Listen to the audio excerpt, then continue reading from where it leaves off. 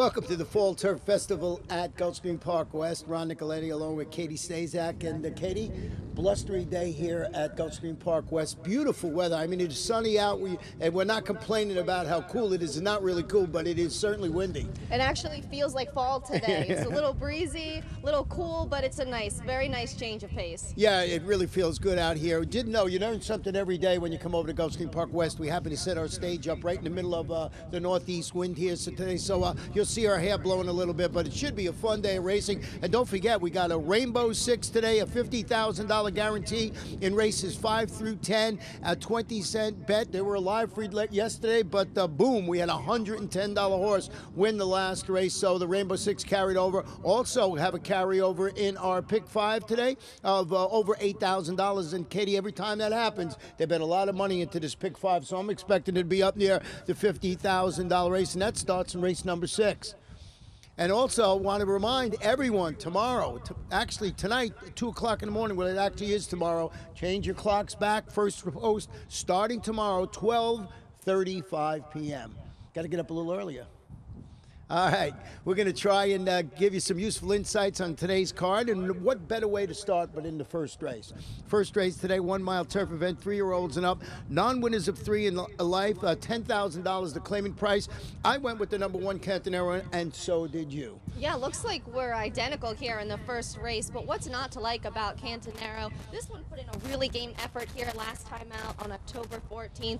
The form says he lost by a half length, but it looked a lot closer than that to me. And that was his first start since February. So what a run for a horse just coming off an 8-month layoff. He should be even fitter this time around. Wesley Ward won his first Breeders' Cup race yesterday. Actually, he was not in California. He was here in South Florida. He actually watched that race in his stack room by himself over at Gulfstream. So congratulations to him. I think he'll start out today with another win. Yeah, this horse, as you mentioned, should have the proverbial screws tightened in the second start back from the layoff. He's only 17% with horses making the second start after that type of layoff, but looks like the logical horse in there. We both had the Ford Drover Road. This is another one who returned from a layoff, not as long. It was 2 months. Finished second at the same level and distance. Antonio Sano, Jesus Rios atop this gelding, who's shown the ability, what I like about this horse, to run up on the lead or near the lead or come from behind. So he's got a tactical advantage, I think, in this race. So if number 1 Cantonero is not up to the task, certainly going to have the number 4 Drover Road on your ticket. Also has a win and a second from just 3 starts here. Now, why did you use the 5 Bright Guy? This one's just coming off a pretty nice win here on October 17th. That was at a mile and a 16th at the $8,000 level, and it was his first start on grass. He takes the smallest of jumps up in class today, but if he puts in the same performance he did last time out, it won't be a problem.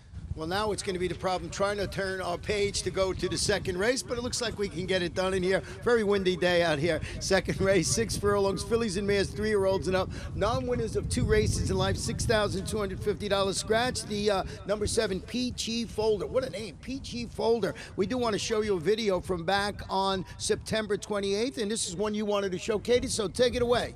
Yeah, this is Lady Con on September 28th. Watch her at the break.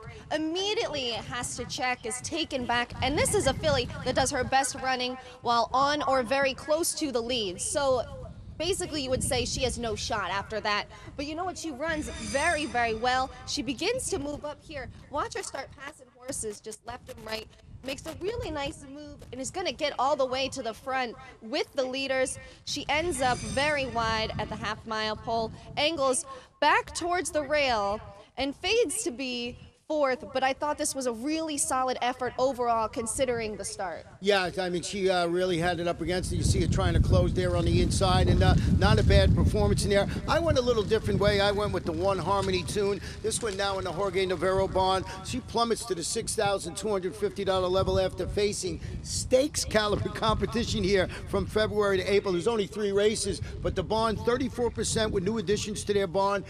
Pretty good with the long layoff. Of course, the red flag has got to be flying when a horse drops like this, but a bullet work in 35-2. And what I like about White Rabbit Racing, who's the owners of this thing, they usually spot their horses where they can win, even though on the big drop. So I went with the number 1 Harmony Tune on top of my ticket. Then we got our old buddy in second, and I'm going to get through this one now. Number 3, Mimi Peo Ponches. I got it written down phonetically. I knew I wasn't going to screw it up. Exits a key race. She was 3rd behind a horse called Hot Cotton, who won again. again, and she was second, the second place finish in that race.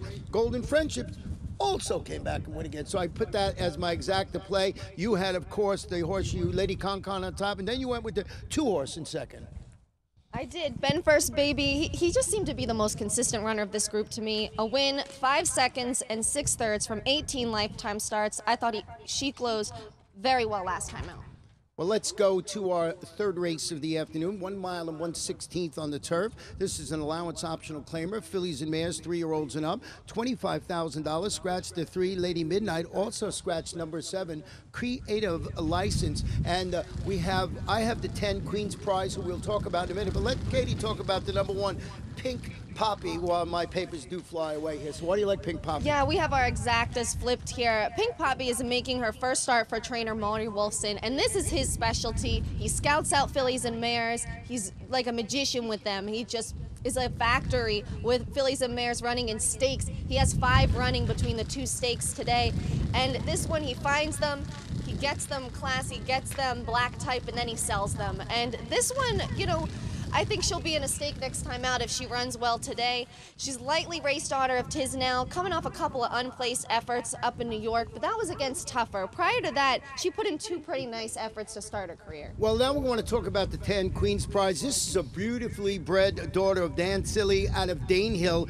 Makes her North American debut for trainer Christophe Clement with Lasix. Barn is 31% with Barnes making their initial start in North America. 21% Mr. Clement with the 61 to 180 day layoff. And here's the key. If you look at the owner of this horse, Queen's Pride, it is the Queen of England. So we were asked today if the Queen would be here today at Gulfstream Park West. I'm not quite sure about that, but we'll keep an eye out for the Queen, see if she makes it here at Gulfstream Park West. She'll definitely be watching. Yeah.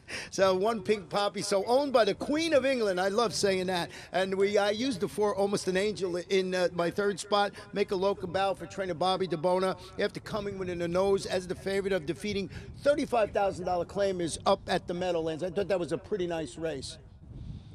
Anybody else for you? I threw in the 6 Bustle. Hard not to go with the connections of Orlando Boca Chica. He is 24% winning percentage here, and trainer Jane Sabelli, 20% win percentage here, both having very nice meets. Well, the 4th race this afternoon, 1 mile and 70 yards. These are claimers, fillies and mares, 3-year-olds and up. Non-winners of 3 races in life. $6,250 is the claiming level. Number 1, Be My Frankenstein, has been scratched. Also, number 2, Totem Tail. And I found this race, 1 or 2 horses that I liked in there. 1 being Dreaming of Andy A, and that's who you have on your ticket. Yeah, I love this effort that this horse has shown in his last 2 races here at Gulfstream Park West. Last time he set the pace and was just pressured throughout. He looked like he was going completely stop at the top of the stretch. He actually came on again and ran on to be 3rd. The start prior, he stopped the pace and closed to get up for the place.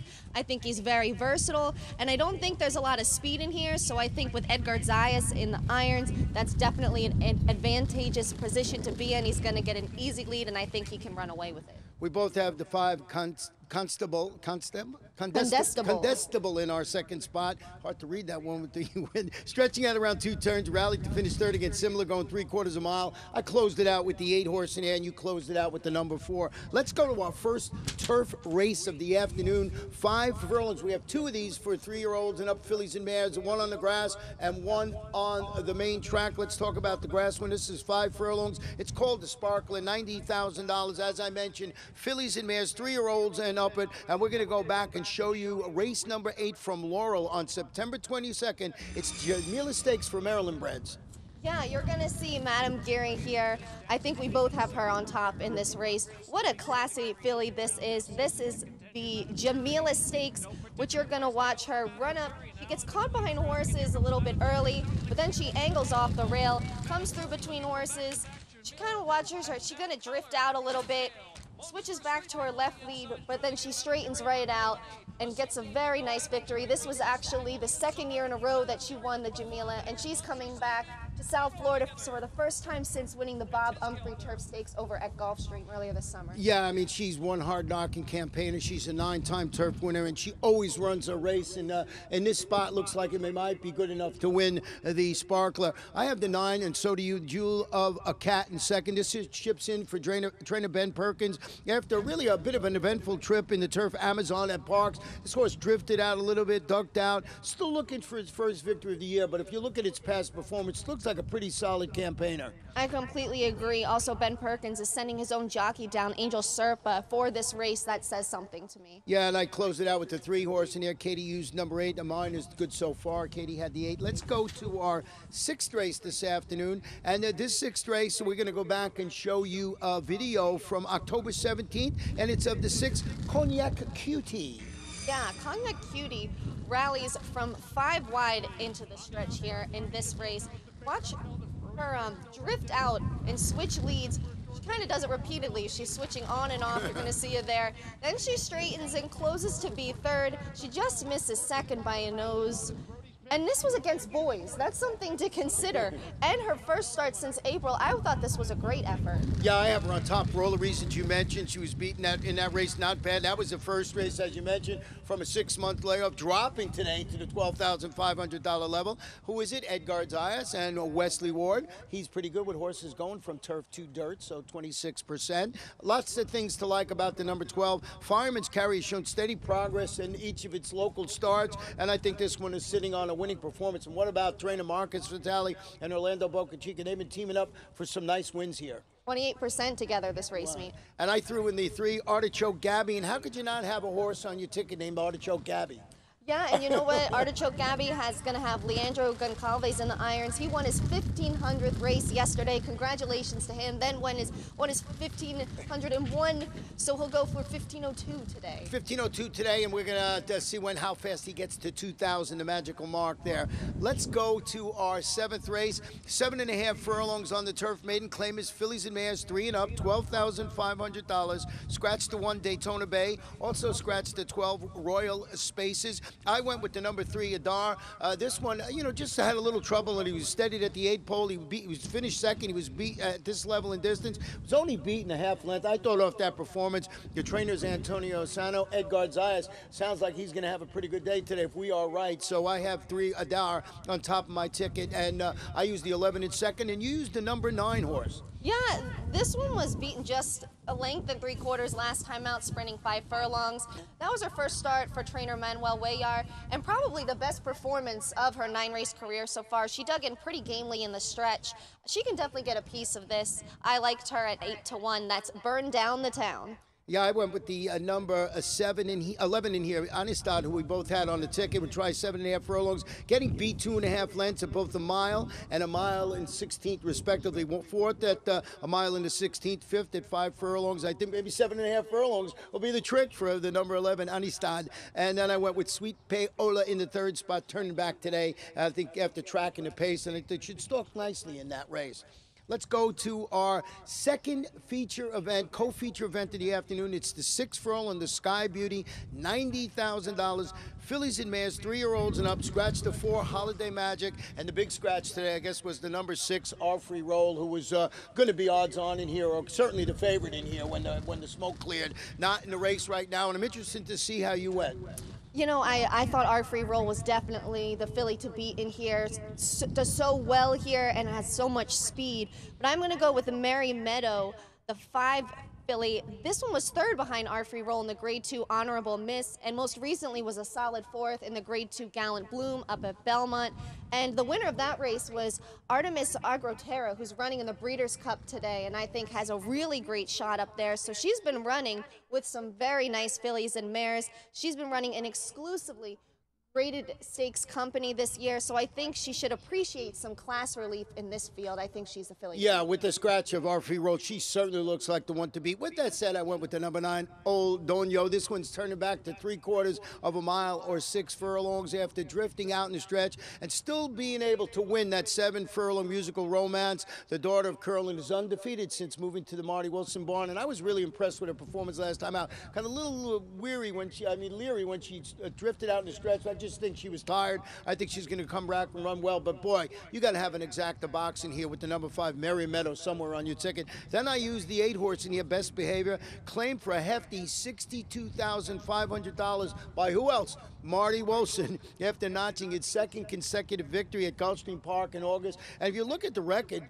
Katie, Wilson doesn't claim very often, so they must have liked something about this horse. I think he's 2 for 6 with claims, and Orlando Boca Chica has only ridden for him twice before, so I think that maybe this horse today might be the one to throw on your ticket somewhere. Well, I talked to Marty Wilson earlier this week and asked him exactly that. Why did you claim this filly? And he said, I think she's so hard knocking, and I think I can definitely get her some black type. That's what he does, and he'll sell her in a year. So he says his main focus is getting Best Behavior some black type, because out of the 4 he has in here, she's the only one without that black type on her resume. But I also threw in another Wolfson filly. He is well armed in this race. He's got Best Behavior, who will be running on the lead. He's got Kipling's Joy, who's going to be a closer, and then he's got Oldonio and Centrique, who I really like stalking. And Centrique, out of all the Wolfson starters, she likes this track the best. She's run the best here. 5 stakes placings here. I'm throwing out her Passiana effort at Gulfstream, because prior to that, she was 3rd in the Nancy's Glitter Stakes here and 2nd to our free roll in the You Can Do It here.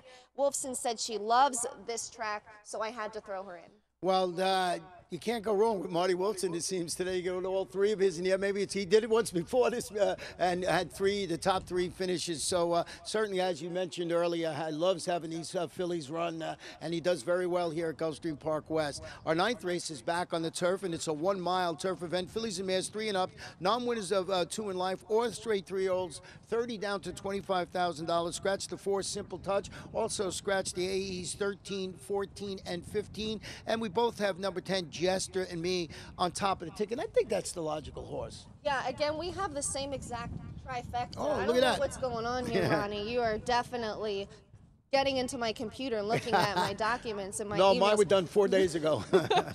Jester and me, again, I think is the logical choice, absolutely. Taking a significant drop in class here after taking on Derry Cathy in the Seller Sherrard Stakes here on October 18th. I don't think that was a smart choice for anyone in that field to take on Derry Cathy. What a nice filly that one is. But prior to that start, Jester and me won at the $25,000 level at Arlington Park, and she had actually won 3 of her previous 5. Mike Maker and Edgar Prado winning 75% of the time together. Wow. That is very hard to ignore. Yeah, that's a good stat right there. And as you mentioned, great connections, Mike Maker, Edgar Prado. And number 11, Sawyer, stretching out to a mile for trainer Jane Sabelli after 3rd behind a repeat winner called Spectacular Me. That was in the 7.5 furlong, $25,000 optional claimer. And there's Leandro Gonçalves. Maybe get 15.03 here with this horse today, and that's number 11, Sawyer. This is a hard-knocking campaign. The Jester and me's got to be on the top of its game. I agree, never off the board when running a mile. And Sawyer's also by Into Mischief, whose Golden Sense won the Breeders' Cup Mile yesterday, became the first horse ever to win 2 runnings of the Breeders' Cup Mile. What a performance that was. Miss Breeders' Cup over here, she knows them all. Number 6, Cambiata. Last time she faced condition claimers, Katie, she won by about a mile. So she's going back to where she belongs. She actually won that race by 5 lengths. A tough spot last time out against that non-condition allowance runners. So I just think the 6, Cambiana, in a good spot today. Absolutely, and you know what? She actually fared better than Jester and me did in her bout with Derry Cathy. She was 4th in the Honey Rider Stakes back in May. Well, see, so there you see our selections, 10, 11, and number 6. We got one more race we want to talk about here, and then we'll give you our Breeders' Cup Classic selection. The 10th race, 6 furlong claimers, 3 and up, $6,250. Scratch my top pick in here. I don't know if it was yours. That's the 9 Rigby. But we're going to show you a video. It's race 10 from October 23rd, I believe it is. Yes, this is, you're going to see Unleash the Humor falls back to the pack. He's going to be off the screen in a little bit, and he doesn't come back for a while. He ends up rallying 6 wide at the top of the stretch and closes to get up for 2nd in the slop. Talk about being unleashed. You know, I thought that was a really great effort. He's hit the board in 5 of his last 6, and that kind of consistency makes him a clear-cut choice for me. He's a great little horse. He's earned almost $340,000 in his career. And I also used number 10 on my ticket. I agree with you, by the way, with Unleashed the Humor. Ari's Pride is back at a proper level after getting parked 5 wide in the slop. That was against $16,000 claimers going 5 furlongs. That race was moved from the turf. They were going to try to turf at $16,000, but it moved to a sloppy main track, and I just think this $6,250 level is a real good spot for the number 10 Ari's Pride. You have the 5 Classic Surge, like I do, on your ticket. Yeah, he was just nosed out for the show last time out and seems to be in very good form. 2 of his 3 lifetime wins have come here at this racetrack. Well, you know, we're later on today. We're actually starting at 125, right? We have the Breeders' Cup races starting 125 our time. You can bet them right here at Gulfstream Park West, and of course, down in the beautiful Silk Simulcast Center at Gulfstream Park. So